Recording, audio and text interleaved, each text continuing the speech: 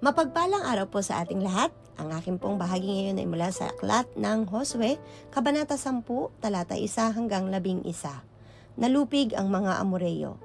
Nabalitaan ni Adoni-Sedek, hari ng Jerusalem, na sinakop at tinupok ni Josue ang lungsod ng Ai. Nabalitaan din niya ang ginawa ni Josue sa hari at mga mamamayan ng Ai, at ang ginawa niya sa hari ng Jericho at sa mga taga roon. Nalaman din niya na ang mga taga-Gibeon ay nakipagkasundo at naninirahang kasama ng mga Israelita. Labis itong ikinabahala ng mga taga-Jerusalem, sapagkat ang Gibeon ay kasinlaki ng mga lungsod na may sariling hari, higit na malaki kaysa Ai, at magigiting ang mga mandirigma nito. Kaya nagpadala ng mensahe si Adoni-Sedek kay Hoham, hari ng Hebron, kay Piream, hari ng Jarmut, kay Japeya, hari ng Lakis, at kay Deber, hari ng Eglon. Ganito ang kanyang ipinasabi: kailangan namin ng inyong tulong. Kailangan salakayin natin ang Gibeon, sapagkat ang mga taga roon ay nakipagkasundo kay Josue at sa mga Israelita. Nagkaisa nga ang 5 haring Amoreyo, ang mga hari ng Jerusalem, ng Hebron, ng Jarmut, ng Lagis at ng Eglon, at pinaligiran nila at sinalakay ang Gibeon. Tinulungan ni Josue ang mga taga-Gilgal. Nagpasabi naman kay Josue sa kampo ng Gilgal ang mga taga-Gibeon, huwag po ninyong pabayaan itong inyong mga abang alipin. Pumarito po kayong madali upang kami saklolohan. Iligtas ninyo kami. Pinagtutulong-tulungan po kami ng lahat ng mga haring Amoreyong naninirahan sa kaburulan. Kaya nga't dumating si Josue buhat sa Gilgal, kasama ang kanyang buong hukbo, pati ang magigiting niyang mandirigma. Sinabi ni Yahweh kay Josue, huwag kang matakot sa kanila. Ibinigay ko na sila sa iyong mga kamay. Wala ni isa man sa kanilang makakatalo sa inyo. Magdamag na naglakbay si Josue at ang kanyang hukbo buhat sa Gilgal, at bigla nilang sinalakay ang mga Amoreyo. Niloob ni Yahweh na magulo ang mga ito dahil sa takot nang makita ang hukbo ng Israel.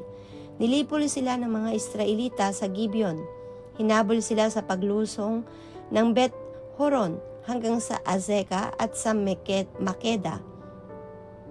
Samantalang tumatakas sila sa paghabol ng mga Israelita, pinaulanan sila ni Yahweh ng malalaking tipak ng yelo buhat sa langit. Umabot ito hanggang sa Azeka at napakaraming namatay. Mas marami pa ang namatay sa pagbagsak ng yelo kaysa tabak ng mga Israelita. Amen. Isang magandang araw pong muli sa ating lahat. Samahan niyo po akong muli sa pagbabahagi ko ng salita ng Diyos. Sinasabi po dito sa ika-10 kabanata sa aklat ng Josue, versikulo 12 hanggang 22. Noong araw ng mga Israelita ay papagtagumpayin ni Yahweh laban sa mga Amoreyo, nakipag-usap si Josue kay Yahweh. Ito ang sinabi niya na naririnig ng buong bayan. Huminto ka araw sa tapat ng Gabaon, at ikaw rin buwan sa lambak ng Ayalon. Tumigil nga ang araw at di kumilos ang buwan hanggang sa malupig na mga Israelita ang kanilang mga kaaway. Nasusulat ito sa aklat ni Haser. Tumigil ang araw sa rurok ng langit at hindi lumubog sa buong maghapon.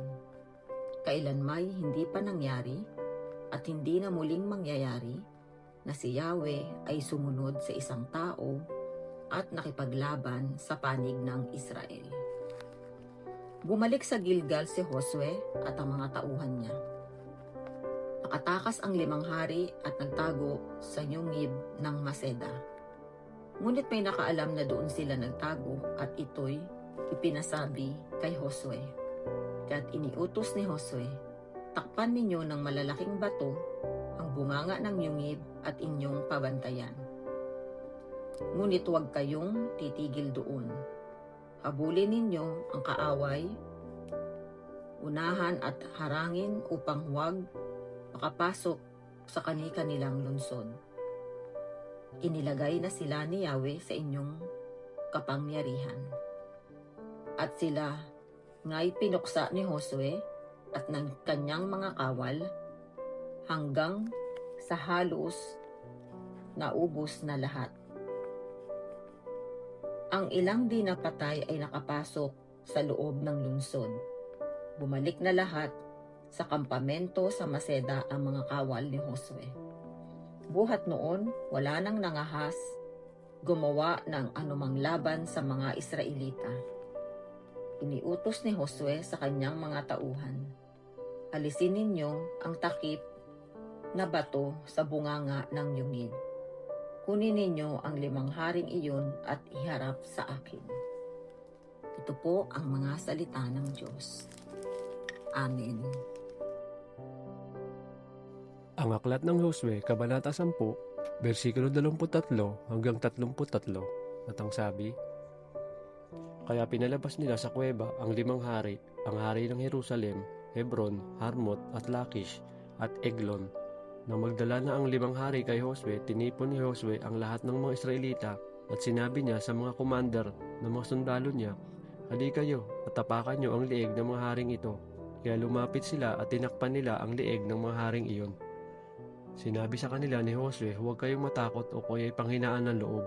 Magpakatatag kayo at magpakatapang. Ito ang gagawin ng Panginoon sa lahat ng kalaban ninyo. At pinatay ni Josue ang 5 hari at ipinabitin sa 5 puno hanggang hapon. Nang lumubog na ang araw, ipinakuha ni Josue ang mga bangkay nila at ipinatapon sa kuweba na pinagtaguan nila. Tinakpan nila ang mga bunganga ng kuweba ng malalaking bato na hanggang ngayon ay naroon pa. Nang araw na iyon, sinakop ni Josue ang Makeda. Pinapatay niya ang lahat ng naninirahan dito, pati na ang hari nito. Nilipol niya ito ng lubusan at walang maiwang buhay. Ginawa ni Josue sa hari ng Makeda ang ginawa rin niya sa hari ng Jericho. Mula sa Makeda, pumunta si Josue at ang mga Israelita sa Libna at nilusob ito. Ibinigay din sa kanila ng Panginoon ang lungsod at hari nito. Pinatay nila ang lahat ng naninirahan dito at walang naiwang buhay. Ginawa ni Josue sa hari ng Libna ang ginawa niya sa hari ng Jericho.